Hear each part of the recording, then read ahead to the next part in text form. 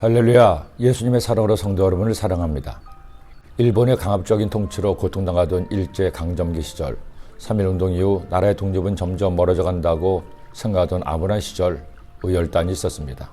그들은 우리나라가 일본의 지배에서 해방되기 위해서는 목숨을 걸고 일본과 싸워야 한다고 판단했습니다. 그래서 임시정부의 주석이었던 김구 선생은 김원봉을 의열단의 수장으로 하고 나라를 위해 자신의 생명을 아낌없이 바칠 전문의를 단원으로 선정했습니다. 그 중에는 이봉창이 있었고 윤봉길도 있었습니다. 특히 상해 홍보공원에서 폭탄을 던짐으로 일본 사령관과 거련민 단장을 죽이고 수많은 군인을 사상케 한 윤봉길 의사의 의거는 가히 당시 세계를 되흔드는 장렬한 쾌거였습니다. 그리고 그는 일제의회 사형 선고를 받고 거사를 치르고 해가 바뀌지 않은 1932년 12월 19일 형장의 이슬로 순국했습니다. 그때 그의 나이 24살이었습니다. 이 거사는 안 죽은 의사의 이토 히로부미의 암살과 함께 한국 독립운동의 2대 쾌거로 불리기도 합니다. 이런 일이 사사시대에도 있었습니다.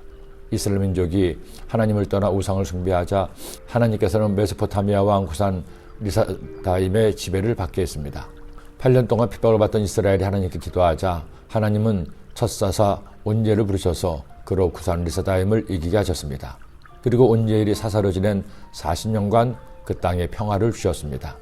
그런데 온젤이 죽은 후 또 이스라엘 민족이 하나님을 떠나자 이번에는 모압 왕 에글론의 지배를 받게 됩니다.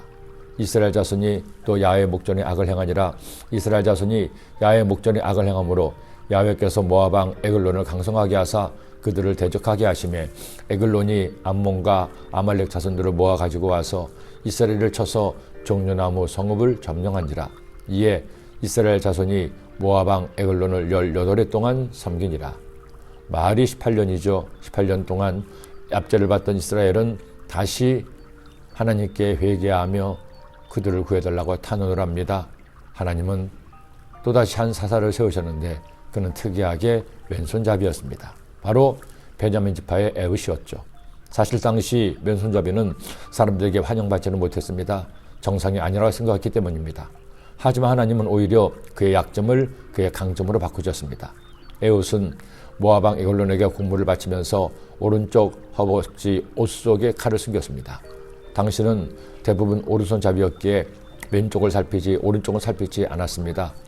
그리고 은밀한 일을 알겠다고 사람들을 물리친 후 오른쪽 허벅지에서 왼손으로 칼을 빼어 왕을 찔렀습니다. 에훗이 얼마나 간절했든지 칼날만이 아니라 칼자루까지 왕의 몸에 박혔다는 겁니다. 에훗은 왕을 암살한 것만으로 끝내지 않습니다. 몰래 빠져나간 에훗은 대기하고 있던 이스라엘 군사들과 함께 모압 군대를 칩니다. 모압 사람 10,000명을 죽이고 이스라엘은 모압을 이기고 그 땅에 평화를 가져옵니다. 그리고 무려 80년 동안 이스라엘에게 평화가 임했습니다.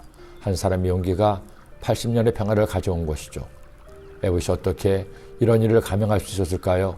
하나님께서 그를 택하셨기 때문입니다.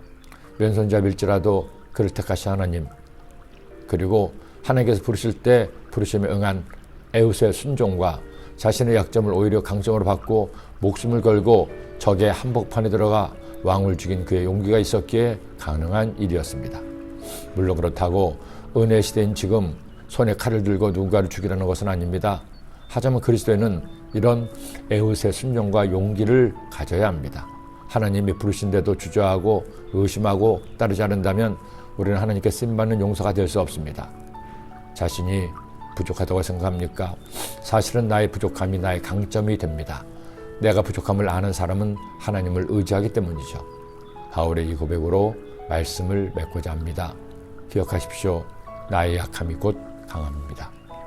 그러나 하나님께서 세상에 미련한 것들을 택하사 지혜 있는 자들을 부끄럽게 하려 하시고 세상에 약한 것들을 택하사 강한 것들을 부끄럽게 하려 하시며 하나님께서 세상에 천한 것들과 멸시받는 것들과 없는 것들을 택하사 있는 것들을 폐하려 하시라니 이는 아무 육체도 하나님 앞에 자랑하지 못하게 하려 하십니다. 오늘 복된 주일날 어버이 주일입니다. 모두 하나님의 전에 나와서 부모님의 은혜를 각하며 하나님 앞에 기도하는 모든 성도님들 되시기를 예수님의 이름으로 축원합니다. 기도드립니다. 하나님 아버지, 오늘도 주의 말씀을 주시니 용기와 담대함으로 주의 말씀에 순종하여 애우처럼 하나님께 쓰임받고 축복받는 하나님의 자녀 되게 하여 주옵소서. 예수님의 이름으로 기도드립니다.